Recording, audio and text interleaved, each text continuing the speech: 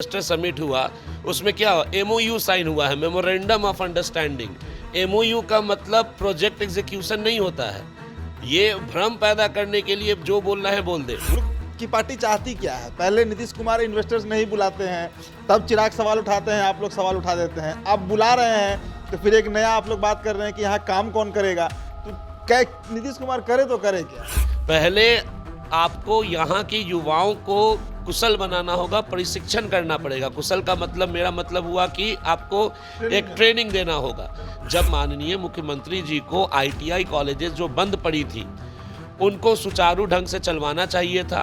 बिहार में नए नए इंजीनियरिंग कॉलेजेस स्टार्ट करवाने चाहिए थे। आप देखिए, अभी इन्वेस्टर समिट हुआ है और देखिएगा 1-1.5 साल में कोई इन्वेस्टमेंट आने वाला नहीं है यहाँ पे, क्योंकि अब मुख्यमंत्री जी ही बोल चुके हैं कि बिहार में जमीन नहीं है। आप परिवहन विभाग में चले जाइए, शिक्षा विभाग तो चलिए बिहार सरकार, परिवहन विभाग भी जो बिहार सरकार का, वहाँ पे भी यही मॉडल चल रहा है। जो कंप्यूटर ऑपरेटर्स रखे गए हैं उनसे पहले उगाही की गई है, और जो आदमी उगाही दे के अपना नियुक्ति लिया है तो वो तो चाहेगा कि जो मेरा पैसा लगा है वो हम रिकवर करें। जो बातें संविधान में किसी पन्ने पे सिर्फ दर्ज थी, उन बातों को अगर धरातल पे कोई लाने का काम किया है तो वो माननीय प्रधानमंत्री श्री नरेंद्र मोदी जी की सरकार और एनडीए के गठबंधन ने किया है। तो ये जो जातीय समीकरण जिसको लोग देख रहे हैं, ये समीकरण नहीं है। ये जो सालों से जो दबे कुचले वंचित थे उनको सही रूप में प्रतिनिधित्व दिया गया है। ये कोई चुनावी नारा नहीं था। पिछले 33 सालों में शायद ये पहली दफा हुआ है जब बिहार में इतने बड़े स्तर पर इन्वेस्टर्स को बुलाया गया। उन उद्योगपतियों को बिहार में पैसा निवेश करने के लिए प्रोत्साहित कर रहे हैं हमारे मुख्यमंत्री नीतीश कुमार। जी हां, 13 और 14 दिसंबर पटना के गांधी मैदान के बगल में जो ज्ञान भवन है, नजारा देखने लायक था।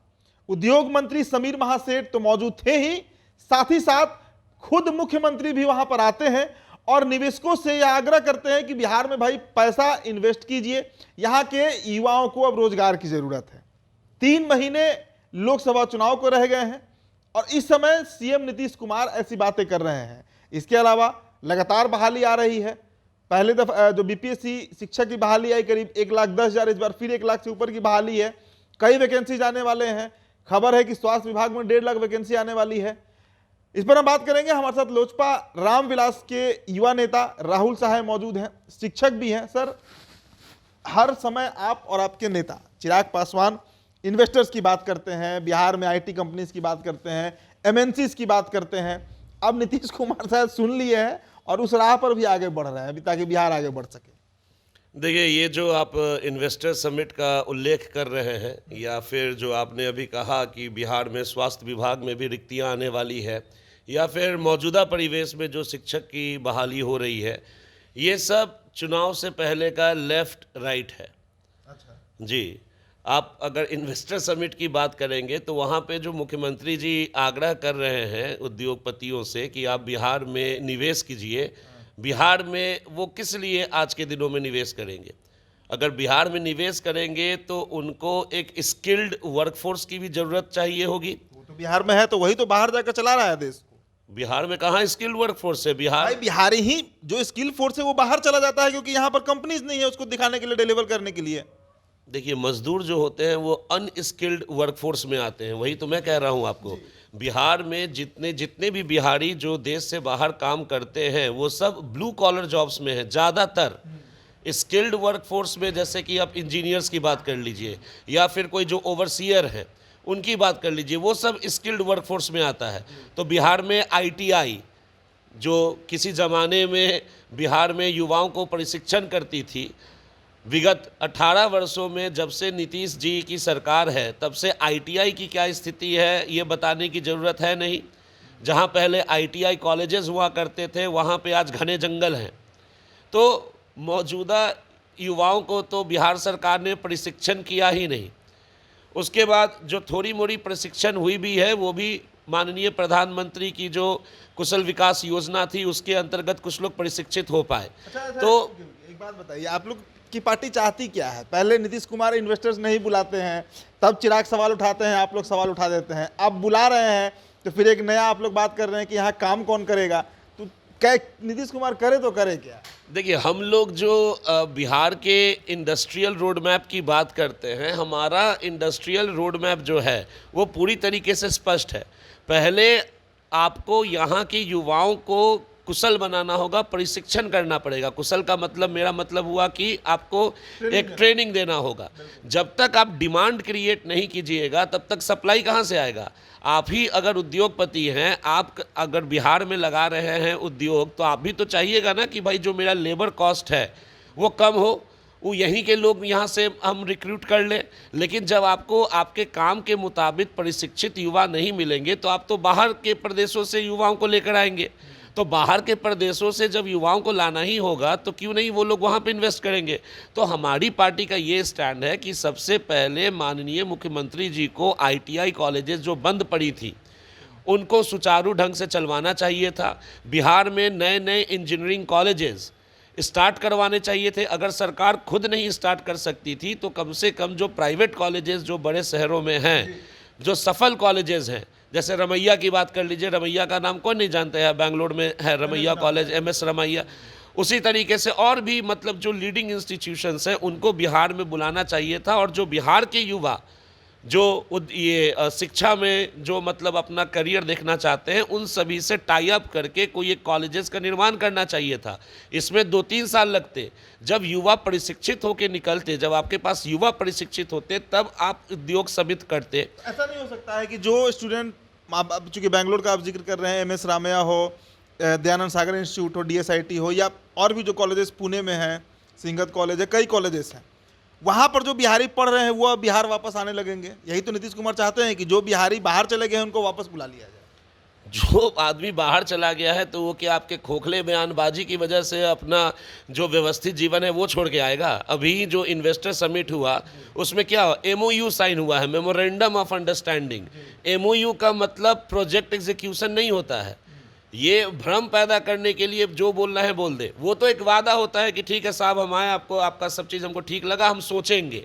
जो आम आदमी बोलता है कि हम सोचेंगे, वो बड़ी कंपनीज MOU साइन में करती है।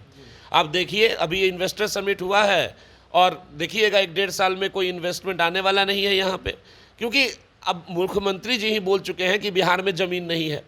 तो अगर इन्वेस्टर्स आ रहे हैं तो मतलब माननीय मुख्यमंत्री जी के पास ज़मीन है देने के लिए। तो फिर ये 18 सालों से क्यों मतलब गुमराह कर रहे थे लोगों को कि हमारे पास ज़मीन नहीं है।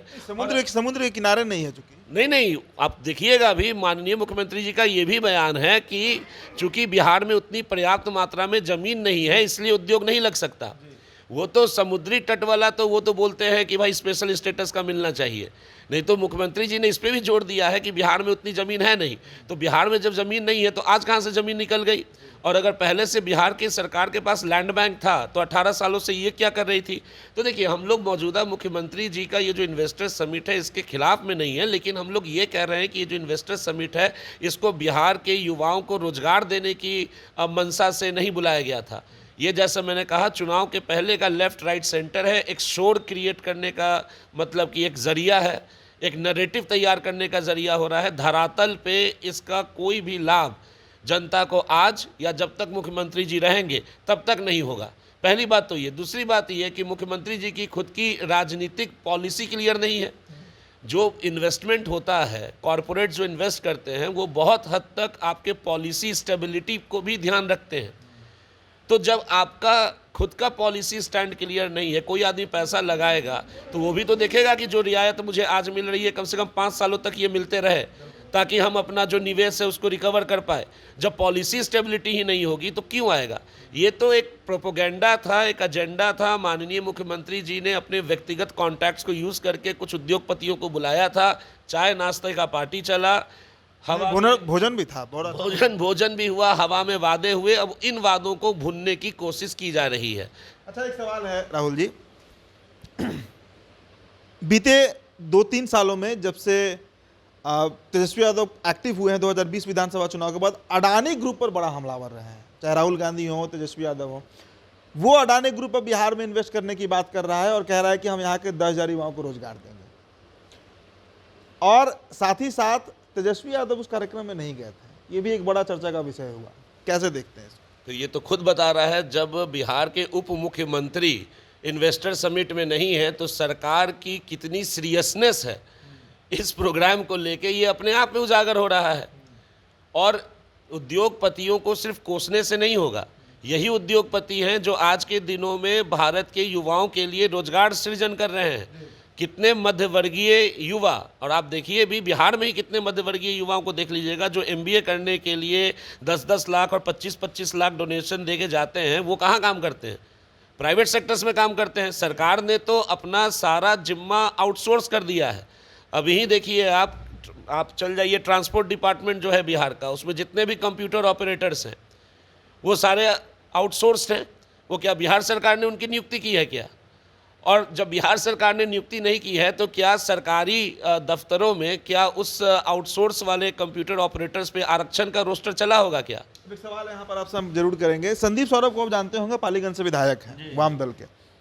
उन्होंने ट्वीट किया और बड़ा गंभीर उन्होंने सवाल उठाया है कि बिहार के सरकारी विद्यालयों में शिक्षकों की बहाली तो BPSC के माध्यम से हो रही है, लेकिन कंप्यूटर ऑपरेटर जिसका आप जिक्र कर रहे हैं, साथ ही साथ जो नाइट गार्ड होते हैं, इनकी बहाली एक प्राइवेट एजेंसी कर रही है। पहले बेल्ट्रॉन करती थी, अब प्राइवेट एजेंसी कर रही है। और उनके पास एक अभ्यर्थी आया जो कंप्यूटर ऑपरेटर बनना चाह रहा है, 1.25 लाख रुपए की उससे मांग की गई, मतलब ये घूस है। और उसने 30,000 रुपये एडवांस भी कर दिए और उसके बाद आदमी भाग गया। 35,000 की संख्या में नाइट गार्ड है राहुल जी, और 35,000 की संख्या में कंप्यूटर ऑपरेटर है। कुल मिलाकर करीब 650 करोड़ रुपए की वसूली है। बड़ा गंभीर मसला है बिहार में। देखिए, ये तो बहुत प्रचलित है। ये मैं नहीं कह रहा कि ये माननीय मुख्यमंत्री जी के पार्टी के नेता ही कहते हैं कि इनके पेट में दांत है। और मौजूदा सरकार जो चल रही है, इस सरकार जो है ये पूरी तरीके से आप कहें कि वेल मछली है। विगत 18 वर्षों में पिछले दरवाजे से जितने भी सरकारी काम थे सबको आज के दिनों में आउटसोर्स कर दिया गया है। ये जो आप अभी शिक्षा व्यवस्था की बात कर रहे हैं, मैंने आपको कहा ना कि आप परिवहन विभाग में चले जाइए। शिक्षा विभाग तो चलिए बिहार सरकार, परिवहन विभाग भी जो बिहार सरकार का, वहाँ पे भी यही मॉडल चल रहा है।